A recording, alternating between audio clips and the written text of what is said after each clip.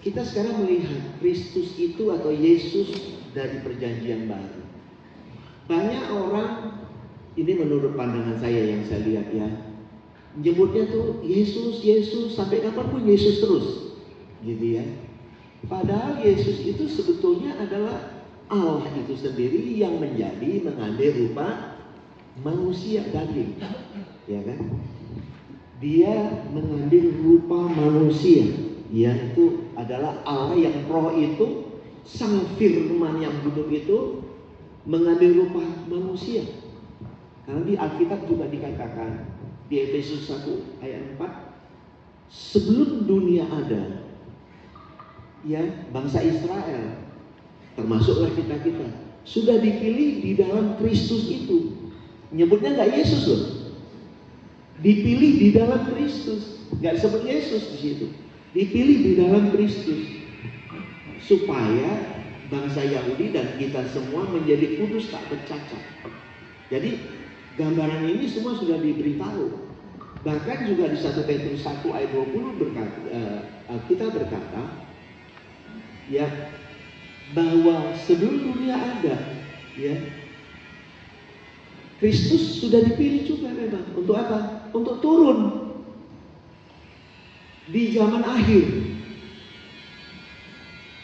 Karena orang zaman itu, waktu zaman bangsa Yahudi, di zaman itu Yesus turun.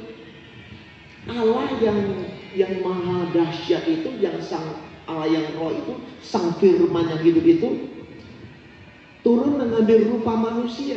Yesus itu dikandung dari Roh Kudus. Nah, kita mulai melihat Yesus adalah Allah yang mengambil rupa manusia. Karena itu memang rencana Tuhan sejak semula sudah diberitahu di perjanjian lama.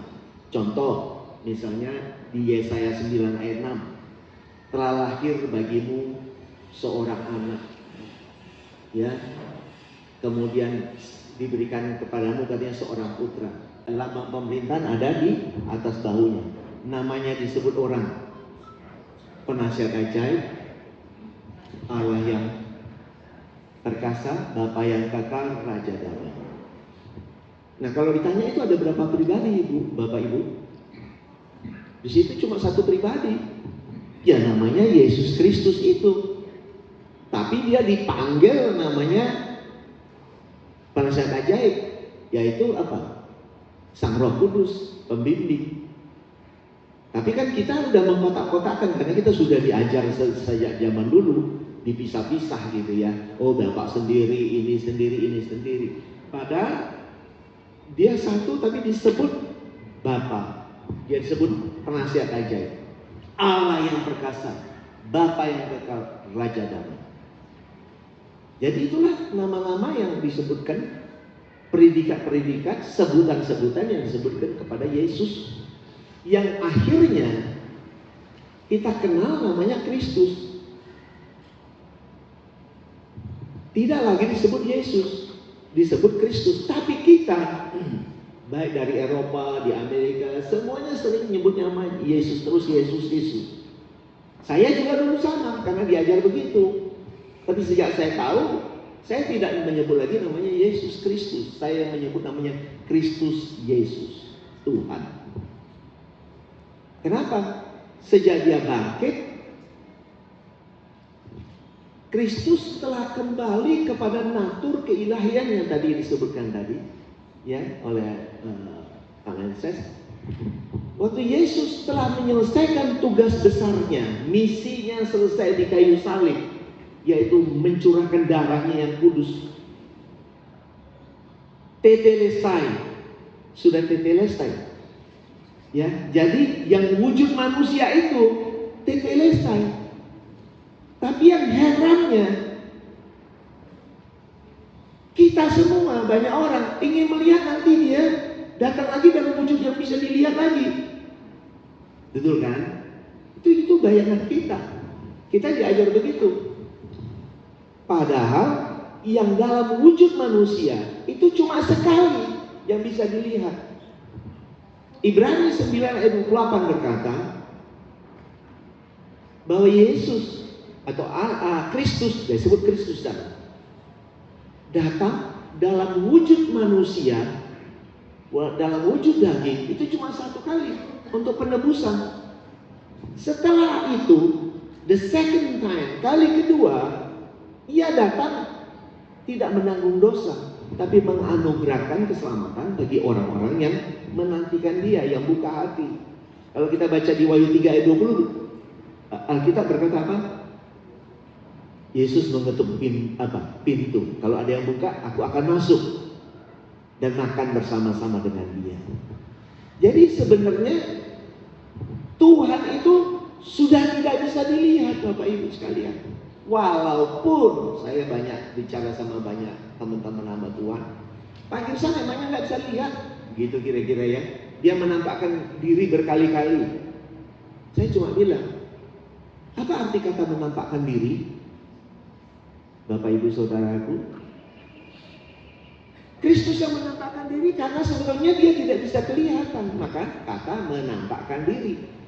Kenapa dia menampakkan diri? Karena dia tidak terlihat, supaya murid-muridnya itu confirm bahwa gua mempunyai Allah yang hidup, Tuhan yang hidup. Jadi Kristus itu 1 Petrus 3 ayat 18 berkata dengan jelas, dikatakan di sana bahwa dia dibunuh dalam keadaan manusia, dia bangkit menurut roh. Bapak Ibu, dahsyat ya. Kristus itu bangkit menurut roh. Dan dikatakan di 1 Korintus 15 ayat 45 dikatakan, Adam yang pertama, yang tadi diceritakan dari Adam, ya, Adam yang pertama menjadi makhluk hidup.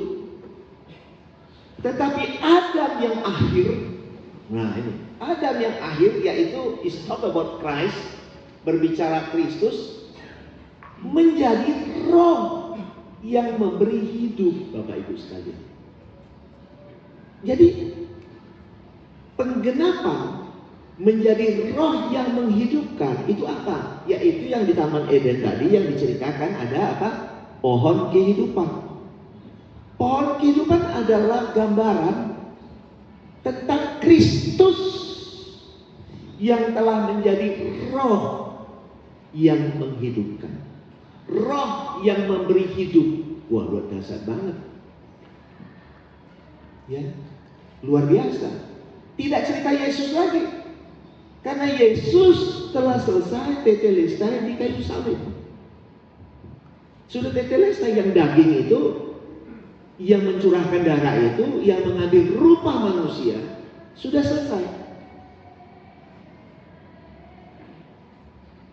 Dia setelah dikubur, ya, kita pun telah dibaptiskan dalam kematiannya, kita menyatu dengan dia, dikubur bersama dia, dan bangkit di dalam Kristus menjadi manusia baru. Inilah Kristus yang menjadi roh yang menghidupkan itu. Kita hidup bersama dia, di dalam dia. Inilah Kristus yang menjadi roh yang menghidupkan.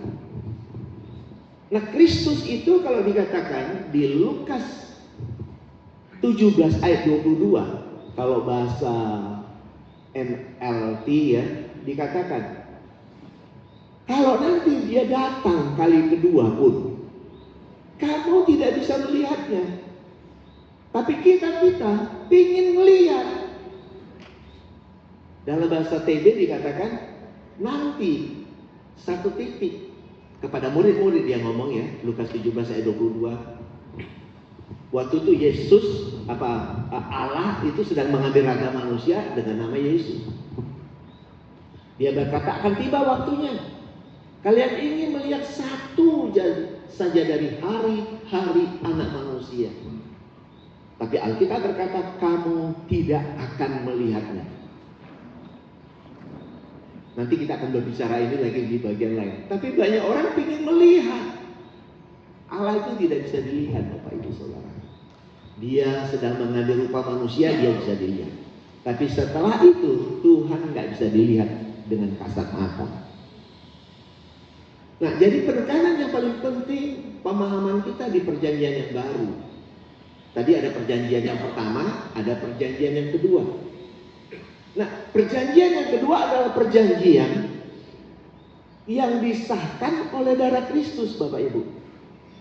Perjanjian pertama itu harus ada korban sembelihan, yaitu korban binatang. Itu adalah perjanjian yang pertama, yaitu dengan hukum Taurat mereka diperciki semua alat-alat atau semua dengan darah korban binatang. Itu di Ibrani 9 ayat 18 sampai sekian dikatakan demikian. Tetapi ingat bahwa perjanjian pertama itu dikatakan bercacat. Tak seorang pun yang mampu melakukan hukum Taurat kecuali cuma satu, yaitu Kristus Yesus Tuhan. Dia yang mampu menjadi penggenap hukum Taurat. Dia menggenapkan hukum Taurat dari mulai dia hidup sampai dia mati. Kristuslah yang menggenapkan hukum Taurat dalam kematiannya. Jadi kita ini sejak Kristus itu bangkit, kita sudah bangkit. Kita sudah bangkit menjadi manusia baru di dalam Dia. Tapi yang lucunya, seperti kita sering diajar dari dulu, dari saya masih kecil juga diajar, apalagi pengakuan iman rasuli, nanti kita udah dikubur, nanti kita akan bangkit. Padahal sesungguhnya kita sudah bangkit menjadi manusia baru di dalam Kristus itu. Nah, Kristus yang kita sebut Kristus itu adalah Kristus Allah yang roh. Bukan lagi berbicara yang wujudnya manusia. Yesus yang wujud manusia sudah tetelestai, Bapak Ibu. Sudah selesai. Saya lebih senang menyebutnya sekarang ini, saya sebut Kristus Yesus Tuhan. Bapak Ibu tahu nggak? Di Alkitab berkata, sering kita baca, Galatia 2 ayat 20 berkata apa? Aku telah mati bersama Kristus di salib, ya kan? Namun aku hidup, tetapi bukan lagi aku yang hidup, tetapi siapa? Yesus yang hidup, apa Kristus yang hidup? Kristus yang hidup, bukan Yesus yang hidup dalam aku. Kristus yang hidup di dalam aku. Nanti kita bisa bicara itu lagi, bahkan dikatakan di Kolose 1 ayat 26-27, di sana dikatakan rahasia yang terbesar di tengah bangsa-bangsa, dari turunan ke turunan, yang dinyatakan kepada orang kudusnya apa? Christ in you. Loh, dahsyat nggak? Kristus ada di dalam saudara dan saya. Apakah saudara mau membantah ini? Ini firman Tuhan. Dia tidak berkatakan Jesus in you. Enggak, ayatnya nggak ada bilang Jesus in you, nggak ada ayatnya. Christ in you. Kristus ada di dalam saudara dan saya. Itu firman Tuhan berkata. Jadi di perjanjian yang baru ini, terutama bangsa Yahudi, Bapak Ibu, orang-orang percaya di zaman itu, semasa bait suci masih berdiri, mereka pun nggak ngerti, Bapak Ibu, nggak ngerti tentang apa yang sudah terjadi. Tapi sejak bait Allah hancur tahun 70 Masehi, bangsa Yahudi mengenali dirinya, yang artinya bangsa Yahudi yang percaya Tuhan, ya, yang percaya Kristus Yesus Tuhan. Dia katakan di Ibrani 9 ayat 8 katakan, Roh Kudus menyatakan bahwa ke tempat yang kudus itu belum terbuka selama kemah yang pertama masih berdiri. Jadi kalau bait suci masih berdiri gagah di kota Yerusalem, maka orang percaya di zaman itu tidak sadar, nggak ngerti bahwa mereka adalah bait suci yang baru, gitu, nggak tahu. Sampai itu hancur baru mereka tersadarkan, wow, Tuhan ada di dalam saya, kira-kira gitu Bapak. Tuhan sudah ada di dalam saya. Maka Bapak Ibu, ayat yang paling dahsyat yang menurut saya ini ya, ini cerita tentang Kristus juga ya. 2 Korintus 13 ayat 5 berkata, ujilah dirimu, apakah engkau tidak tegak di dalam iman? Selidikilah dirimu, apakah Kristus Yesus ada enggak di dalam dirimu? Jika tidak, engkau tidak tahan uji. Bukan dikatakan Yesus Kristus ada di dalam dirimu, enggak. Kristus Yesus ada di dalam dirimu apa enggak? Jadi siapa yang bersama dia di dalam dia? Sang Immanuel. Nah, Kristus itu adalah Sang Immanuel. Dialah yang maha hadir, dialah Sang Mesias itu. Jadi Bapak Ibu, mari kita mengenali Kristus itu dengan benar.